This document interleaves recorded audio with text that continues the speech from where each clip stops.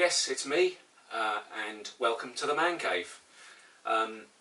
During lockdown, I've been looking at YouTube quite a lot because, frankly, I'm sick of looking at the news. It's sadly the same COVID news all the time.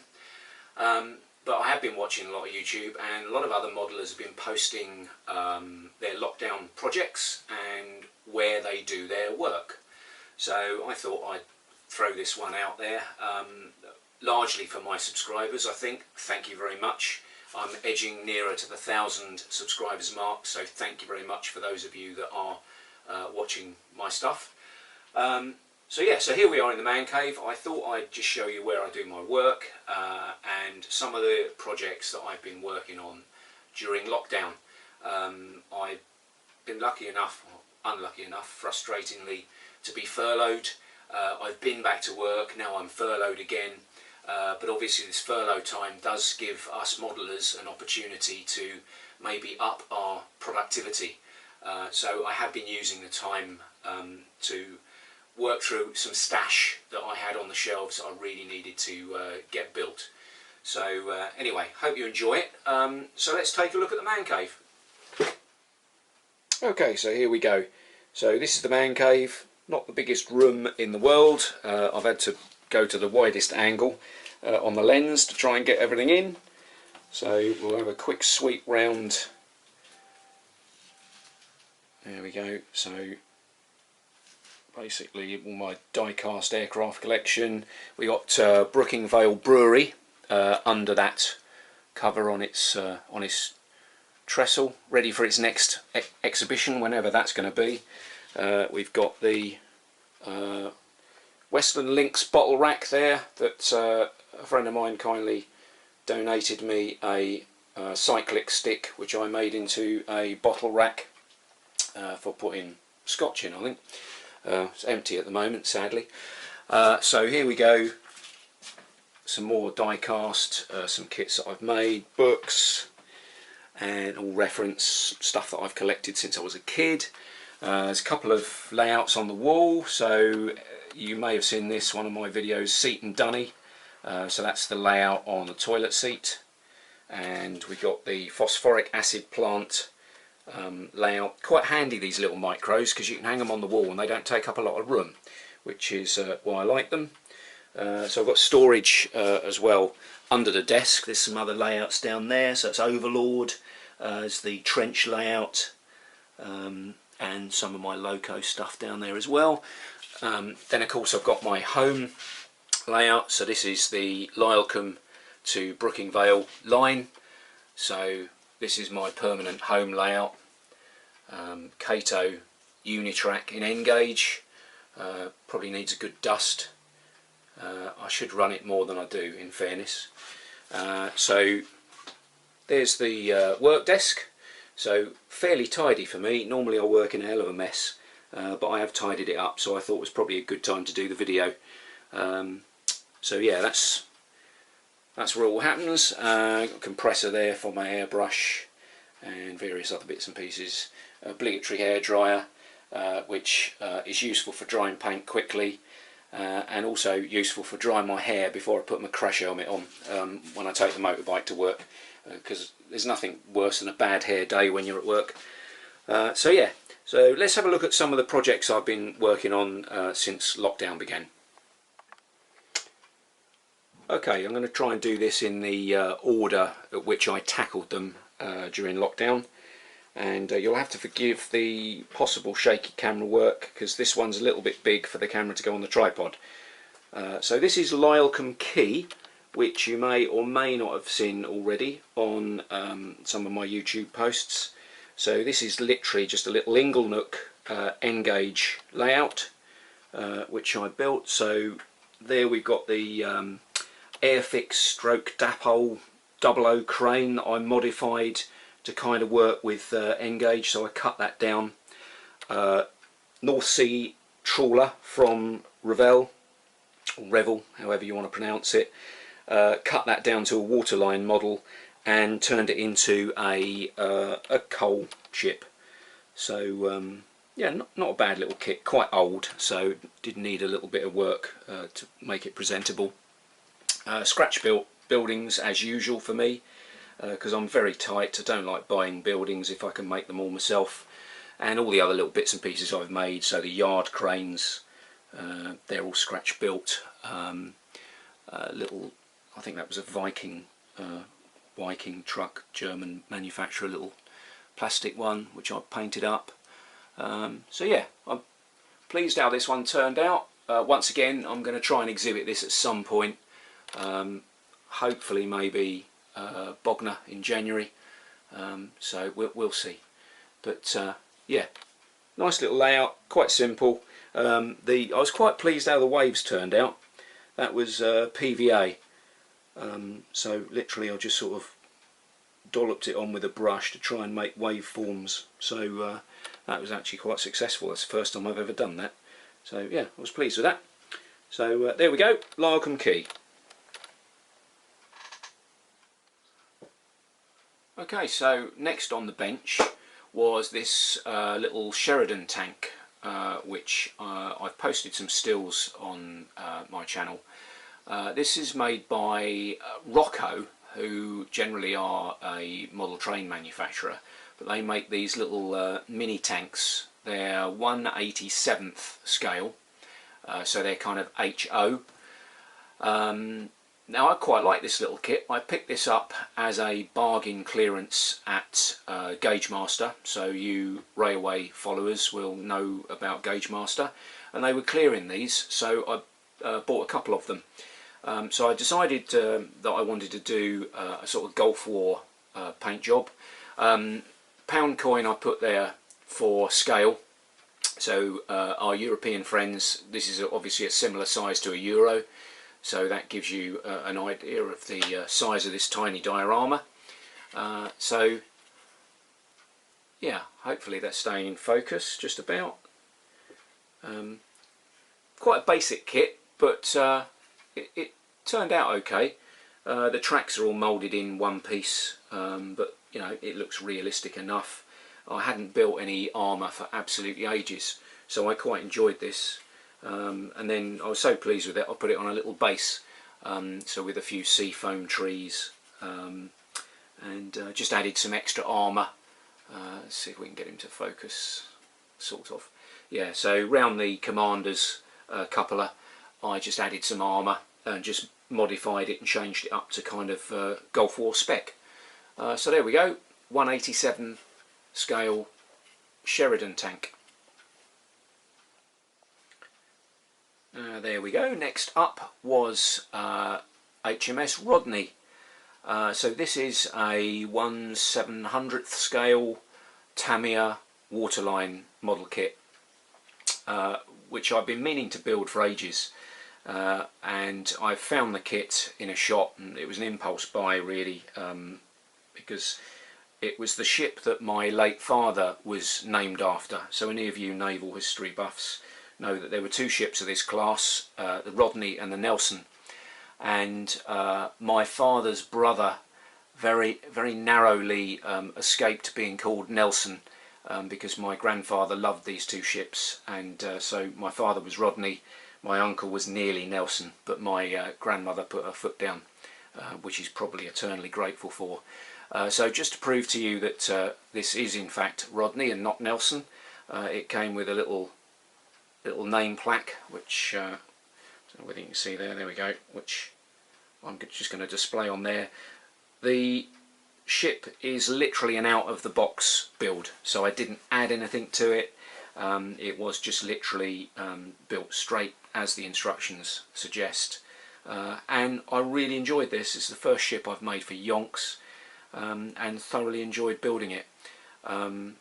The C, I basically made that out of tin foil, so these waves, the wake of the ship, they are done with a hot glue gun onto the baseboard, and then I scrunched up some tin foil, laid the tin foil over the top, and then various layers of paint, a little bit of dry brushing with some white, and actually quite effective without buying all this expensive resins and stuff like that to make your own sea.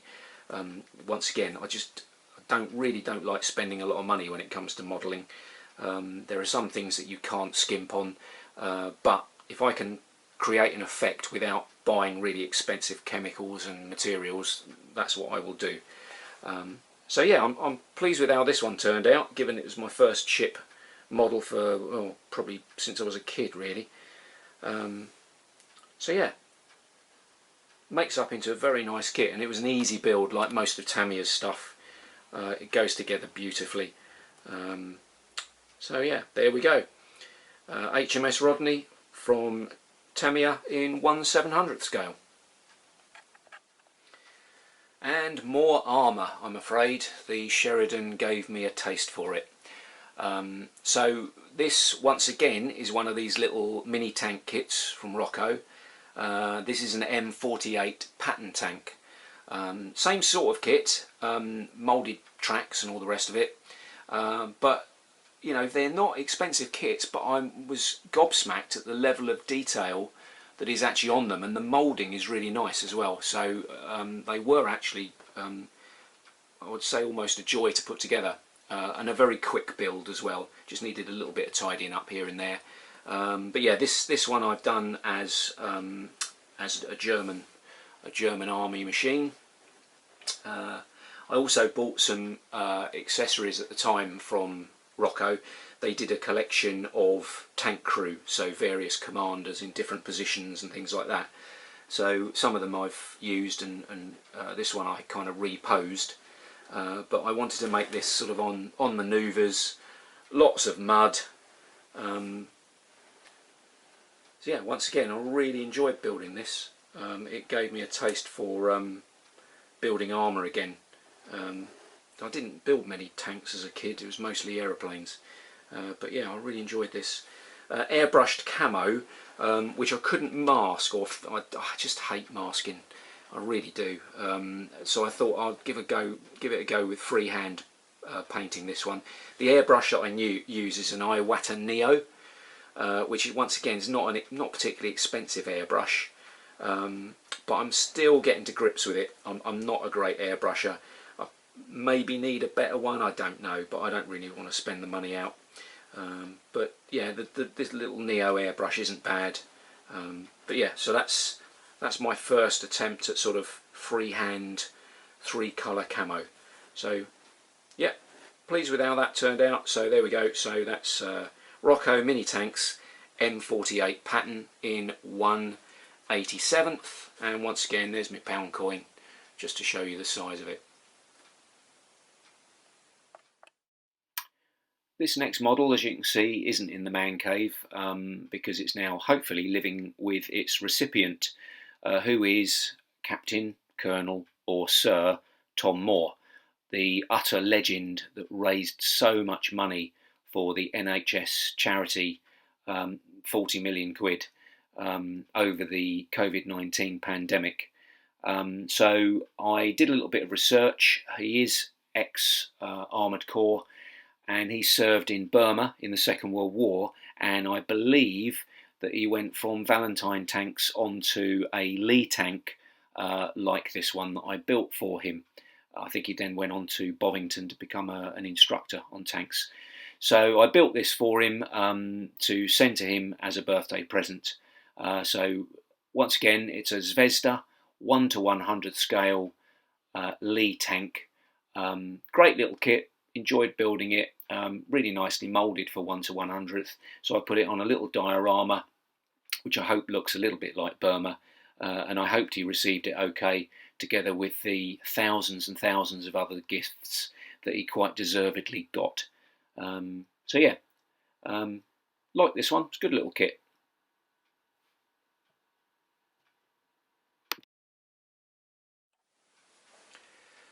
I should really at this stage say thanks a lot for watching, because that's what we seem to have got, a lot of tanks.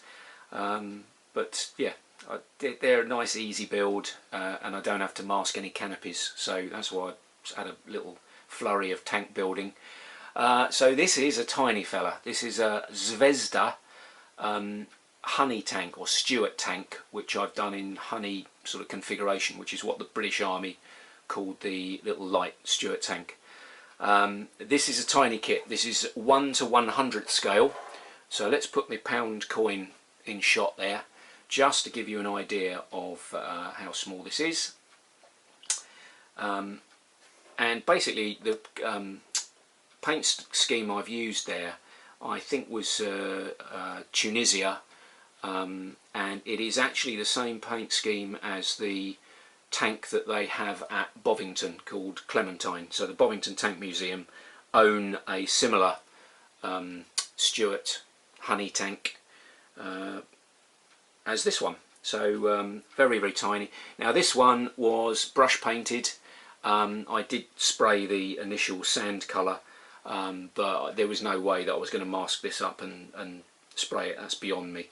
So this one I did with the old-fashioned hairy stick and some thin down acrylic paints, which are a mixture of sort of Humbrol Revel paints and some Vallejo paints as well. And once again, put that on a little base, so some little tufts of static grass and some seafoam trees. But yeah, these are lovely little kits to build. So there we go. That's the 1 to 100th scale Zvezda Stewart stroke honey tank. And next up, a plane. Struth, this was a torrid affair. This Italeri Mark 5B Spitfire, I started just before my son was born. He's now 15. So this wasn't exactly what I call a speed build. I started by building the cockpit and then put it on the shelf and left it for 15 years. When I picked it up again a couple of weeks ago, there were times when I wish I'd left it on the shelf, because this was a love-hate relationship with this particular model. So it's 1/72. There were some fit issues.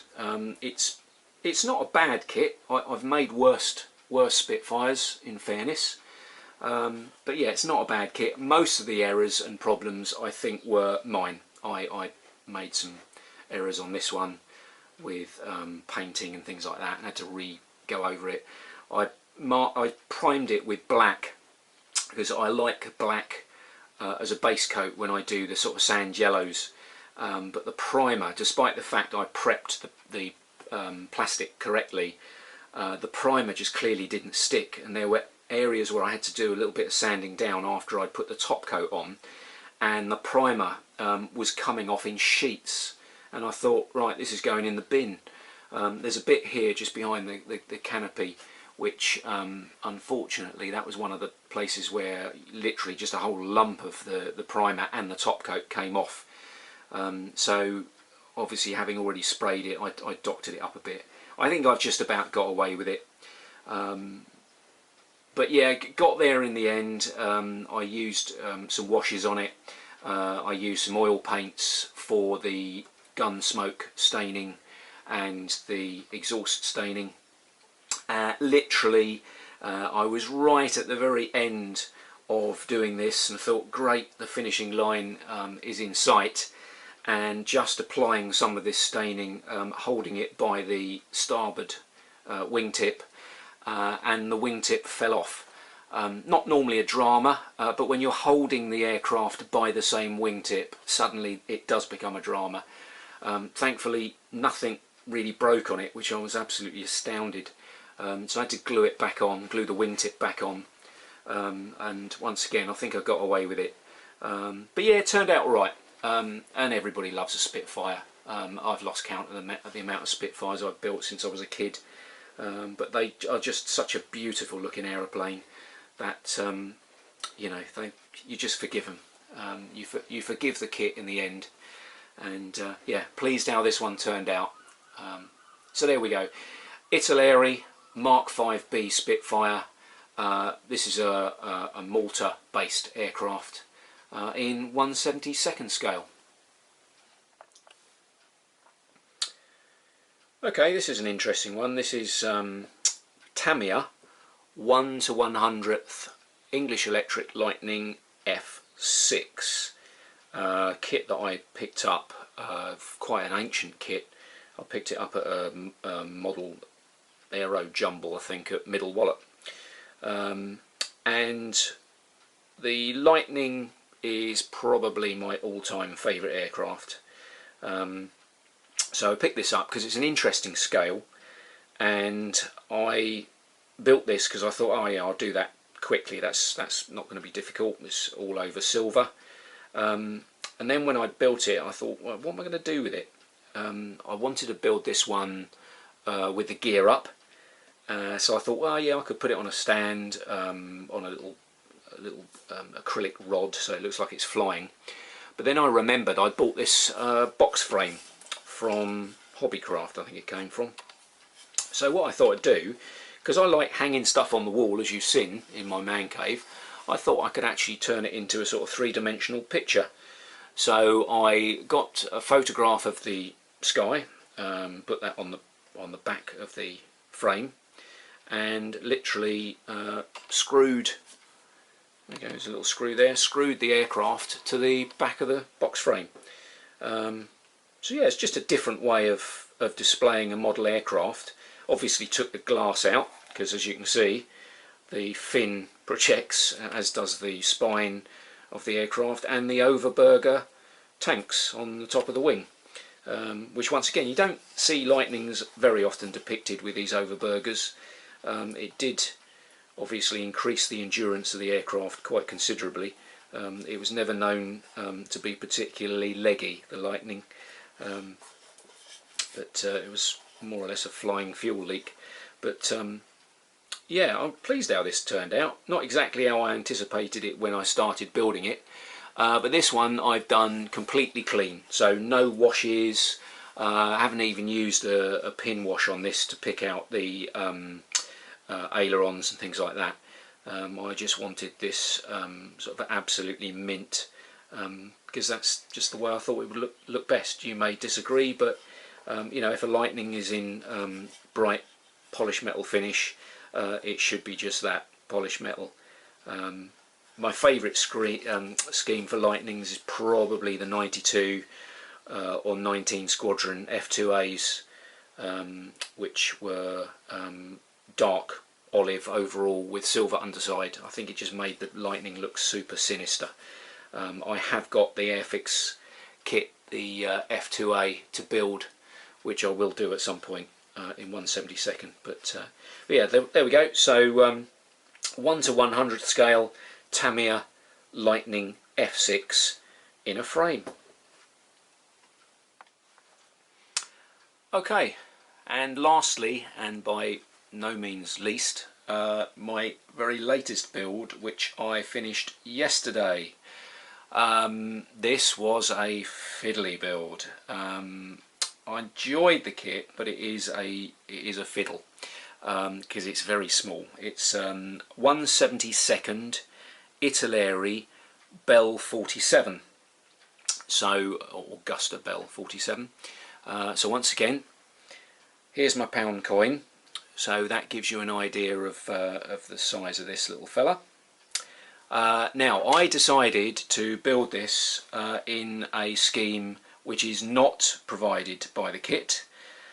This is the British Army Air Corps Blue Eagles display team. So they, up to the time that they disbanded, I think they're kind of sort of still going, I suppose, the Apache team, although I think it's more of a role demo team. They are the longest serving, continuously serving British formation team after the Red Arrows. So the Blue Eagles have been around a long time, but I remember them as a kid flying the Westland Sioux helicopter, which was the license built version of the Bell 47 built by Westland, and this was the British Army's basic training helicopter, which the Blue Eagles used for their displays in this colour scheme. And this was basically during the 70s, so when I remember seeing them as a kid, superb displays. So I particularly wanted to build this helicopter in this particular scheme, because whenever I think of the Blue Eagles, I always think of the Sioux helicopter first and foremost. This was mostly out of the box, this build. I did add some additional detail in the cockpit, because under that great big bubble canopy, of course, you can see everything. So you do need to make a little bit of effort, I think, there to make it a bit more presentable. So let me see if I can zoom in a bit and maintain focus. Yeah, there we go. So basically, I included some seat and lap belts. There's some wiring going into the back of the instrument console there. There we go. And I also added some additional engine detail, which you can't really see, in the shape of some sort of tubing and various other bits and pieces there. So I raked through my stash to get the decals to make this up. The Blue Eagles legends under the fuel tank there, I actually printed myself on some decal sheet, and also the kit aerials, which, let's see if we can get in focus where my finger is there. They were way too overscale. In fact, all this trellis work here on the tail boom is way overscale. I have seen somebody tackle this and do their own in thinner styrene rod, but oh, I'm not brave enough to do that, and that was an epic build. He made a beautiful job of it. So I literally did that bit out of the box, but changed the aerials, added some fin flashes to the back of that tail boom stabiliser there. But yeah, I'm really pleased with this. This has turned out better than my wildest hopes. So there we have it. So and I printed off the army decal on the front as well. I know it looks a bit silvered. Debating or not whether to give it a coat of clear floor polish just on the decal. I don't want to do the whole canopy now, obviously. Jury's out on that at the moment. Yeah, so there we have it. Let's try and zoom back again. Oops, wrong way. There we go. So 1/72 scale, Italeri, Bell 47 or Westland Sioux, as easy for me to say, Westland Sioux, Army Air Corps, Blue Eagles, kind of circa 1974, this colour scheme. So yeah, probably now made it to one of my favourite models, I think, status on this one. Absolutely love how this turned out. So yeah, very pleased with that. So there we go. Hope you enjoyed that little look at my lockdown projects. And keep modelling, everybody. Keep the faith. Stay safe. Thanks again to my subscribers. Pushing on to that 1,000. That'd be great if we can get there. So yeah, see you all soon. Cheers for now.